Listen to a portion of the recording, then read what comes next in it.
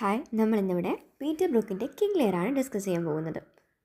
അപ്പോൾ Peter ബ്രൂക്കിൻ്റെ king layer എന്ന് പറയുമ്പോൾ അതിനെ എടുത്ത് പറയേണ്ടതെന്ന് വെച്ചാൽ അതൊരിക്കലും ഷേക്സ്പിയറിൻ്റെ കിങ് ലെയർ അല്ല. കാരണം എന്തെന്ന് വെച്ചാൽ ഷേക്സ്പിയറിൻ്റെ ആ ഒരു അടിപൊളിയായിട്ടുള്ള ട്രാജഡി, ആ ഒരു മെസ്മറൈസിങ് വാക്ക്, അതിൻ്റെ ആ ഡയലോഗ്സ് എന്ന് പറയുന്നത് അതിൻ്റെ എല്ലാമാണ്. അത് നമ്മൾ വായിക്കുമ്പോഴത്തേക്കും നമ്മൾ ആ സിറ്റുവേഷൻ എല്ലാം നമുക്ക് ഇമാജിൻ ചെയ്യുമ്പോൾ പോലും അത്രയും അടിപൊളിയായിട്ടുള്ള വിഷ്വൽ എക്സ്പീരിയൻസ് നമുക്ക് മൈൻഡിൽ കിട്ടും. അപ്പോഴാണ് പീറ്റർ ബ്രൂക്ക് ഇത് എടുത്ത് വെച്ചേക്കുന്നത് ബ്ലാക്ക് ആൻഡ് വൈറ്റ് ആയിട്ട്, പ്രത്യേകിച്ച് ഒരു വിഷ്വൽ എഫക്റ്റും ഇല്ലാണ്ട്. അപ്പോൾ അദ്ദേഹം പക്ഷേ കൂടുതലും ഇതിൻ്റെ ഒരു സൈക്കോളജിക്കൽ ക്യാരക്ടറിസ്റ്റിക്സ്, ആ ഒരു മെൻ്റൽ ട്രോമ, ഇൻറ്റേർണൽ ടർമോയിൽ അതൊക്കെ കാണിക്കാൻ വേണ്ടിയിട്ടാണ് ഈ ഒരു മൂവി ഉപയോഗിച്ചിരിക്കുന്നത്. ഇതൊരു തിയേറ്ററിക്കൽ വർക്കായിട്ടാണ് കൂടുതൽ നമുക്ക് തോന്നുന്നത്. കാരണം എന്ന് വെച്ചാൽ ഇത് ഉപയോഗിച്ചിരിക്കുന്നത് മിഡിൽ ആൻഡ് ക്ലോസപ്പ് ഷോട്ട്സ്, പിന്നെ ക്യാമറ മൂവ്മെൻ്റ് ഒന്നും അധികമില്ലാണ്ട് ഒരൊറ്റ സ്ഥലത്ത് തന്നെ വെച്ച് സ്റ്റില്ലായിട്ട് എടുത്തിരിക്കുന്ന കുറേ വിഷ്വൽസ്. അപ്പോൾ ഇതിൽ കൂടുതലും പീറ്റർ ബ്രൂക്ക് കാണിക്കാൻ നോക്കിയിരിക്കുന്നത് അതിൻ്റെ ആ ഒരു ഡയലോഗ്സും പിന്നെ ആ ക്യാരക്ടർ, അതായത് പോൾ സ്കോഫീൽഡാണ് കിങ് ലെയറായിട്ട് അഭിനയിച്ചിരിക്കുന്നത്. അപ്പോൾ അദ്ദേഹത്തിൻ്റെ എക്സ്പ്രഷൻസും ആ ഒരു ക്യാരക്ടറും കാണിക്കാൻ വേണ്ടിയിട്ടാണ് ഉപയോഗിച്ചിരിക്കുന്നത്. പോൾ സ്കോഫീൽഡ് എന്ന് പറയുന്ന ആ വലിയൊരു ആക്ടറിനെ ഒട്ടും നന്നായിട്ട് പീറ്റർ ബ്രൂക്ക് ഉപയോഗിച്ചിട്ടില്ല. അപ്പോൾ ഷേക്സ്പിയറിൻ്റെ കിങ് ലെയർ എന്ന് പറയുന്നതിനേക്കാൾ നമുക്ക് സാമുവൽ ബക്കറ്റിൻ്റെ ഒരു അബ്സേർഡ് ഡ്രാമ ആയിട്ടാണ് നമുക്ക് കൂടുതൽ ഇതിനെ സിമിലാരിറ്റീസ് നമുക്ക് പറയാൻ പറ്റുന്നത്. കാരണം അതിൻ്റെ സെറ്റിങ്സ് എടുത്ത് നോക്കുമ്പോൾ തന്നെ പ്രോപ്പുകളൊന്നും വലുതായിട്ട് ഉപയോഗിച്ചിട്ടില്ല. ലൈറ്റിംഗ് എന്ന് പറയുന്നത് കൈറോസ്ക്യൂറോ ലൈറ്റിംഗ്, അതായത് ബ്ലാക്ക് ആൻഡ് വൈറ്റ് ലൈറ്റിംഗ് ആണ്. അതിൽ ഷെയ്ഡ്സ് മാറ്റി ഡാർക്കും ഗ്രേയും ഒക്കെ ആയിട്ട് അങ്ങനെയാണ് ഈ സിനിമ ചിത്രീകരിച്ചിരിക്കുന്നത്. അപ്പോൾ ഇത് 1971 എടുത്ത സിനിമയാണെങ്കിൽ കൂടി അന്ന് കളർ സിനിമകളൊക്കെ ഉള്ളപ്പോഴാണ് ഈ സിനിമ ഇങ്ങനെ എടുത്തിരിക്കുന്നത്. അപ്പോൾ സിനിമ തുടങ്ങുമ്പോൾ തന്നെ നിങ്ങൾ സിനിമ കണ്ടിട്ടുണ്ടെങ്കിൽ അറിയാം. അപ്പോൾ ആ ഒരു സൈലൻസാണ്, ആദ്യം കുറേ സൈലൻസ് കഴിഞ്ഞിട്ടാണ് ഈ ഒരു കിങ് ലെയറിനെ കാണിക്കുന്നത്. അപ്പോൾ നമ്മൾ തന്നെ നോക്കും ഇനി സൗണ്ട് മ്യൂട്ടാണോ, സൗണ്ട് നമ്മൾ കൂട്ടണോ. അതായത് സൗണ്ട് എന്ന സാധനമേ ഇതിനകത്ത് ഉപയോഗിച്ചിട്ടില്ല, മ്യൂസിക് ഇല്ല ഇതിനകത്ത്.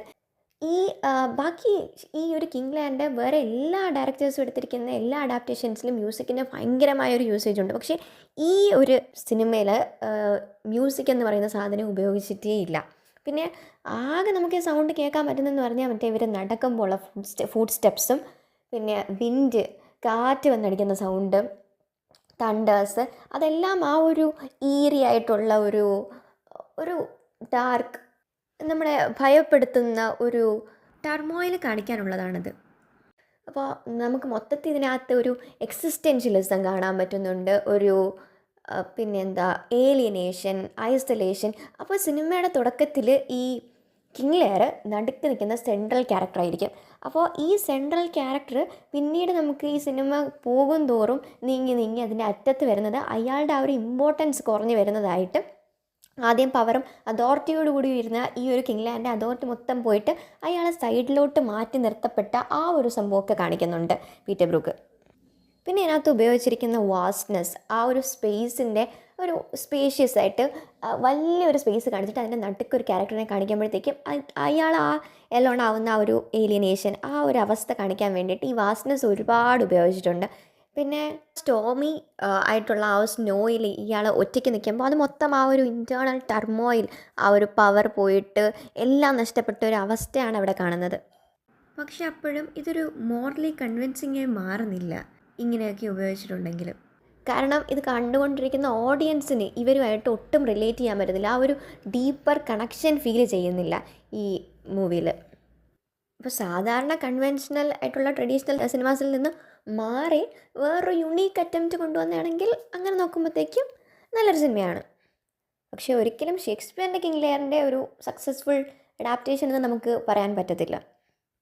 പിന്നെ അതിനകത്ത് പറയാനുള്ളത് യൂസ് ഓഫ് സൈലൻസ് ആണ്. ഒരുപാട് പ്രാവശ്യം നിശബ്ദമായിരിക്കുന്നുണ്ട്. അതായത് ആ ഇൻറ്റേർണൽ ടർമോയിലും ആ ഒരു ഫിയർ, ആ ഒരു ഏലിയനേഷൻ, ഇതെല്ലാം കാണിക്കാൻ വേണ്ടിയിട്ടാണ് ഈ ഒരു സൈലൻസ് യൂസ് ചെയ്തിരിക്കുന്നത്. പിന്നെ അതിനകത്ത് പറയാനുള്ളതെന്ന് വെച്ചാൽ ഇവർ ഉപയോഗിച്ചിരിക്കുന്ന കോസ്റ്റ്യൂംസാണ്. അപ്പോൾ ഈ കോസ്റ്റ്യൂംസ് എന്ന് പറയുന്നത് ആനിമൽ ഫറിൽ നിന്നൊക്കെ ഉണ്ടാക്കിയിരിക്കുന്ന കോസ്റ്റ്യൂംസാണ് ഇവർ ധരിച്ചിരിക്കുന്നത്. അപ്പോൾ അതെന്താണെന്ന് കാണിക്കുന്നതെന്ന് വെച്ചാൽ ഇവർ പവറിലും അതോറിറ്റിയിലൊക്കെ ഇരിക്കുന്നെങ്കിലും ഭയങ്കര കോസ്റ്റ്യൂംസൊക്കെ ഇട്ട് വരാമായിരുന്നു. പക്ഷേ ഓഡിയൻസിൻ്റെ വ്യൂ പോയിൻ്റ് ഇവരുടെ കോസ്റ്റ്യൂമിലോട്ടൊന്നും വരരുത്, ഇവരുടെ ഫേഷ്യൽ എക്സ്പ്രഷൻസ് വേണം ഓഡിയൻസ് ശ്രദ്ധിക്കാൻ. അതിന് വേണ്ടിയിട്ട് മാത്രമാണ് ഈ ആ വാസ്റ്റ് സ്പേസ് ഉപയോഗിച്ചിരിക്കുമ്പോൾ എപ്പോഴും അവിടെ ഒരു പ്രോപ്പോ പ്രത്യേകിച്ചൊരു വിഷ്വൽ എക്സ്പീരിയൻസ് തരാൻ വേണ്ടിയിട്ടുള്ള വിഷ്വൽ സീനറി ഒന്നും തന്നെ ഇതിനകത്തില്ല. ബാക്ക്ഗ്രൗണ്ട് എന്ന് പറയുന്നത് ഭയങ്കര മിനിമലാണ്. അതായത് ഈ ക്യാരക്ടറിനെ വേണം നമ്മൾ ശ്രദ്ധിക്കാൻ എന്നുള്ള രീതിയിലാണ് ഈ സിനിമ ഡയറക്റ്റ് ചെയ്തിരിക്കുന്നത്.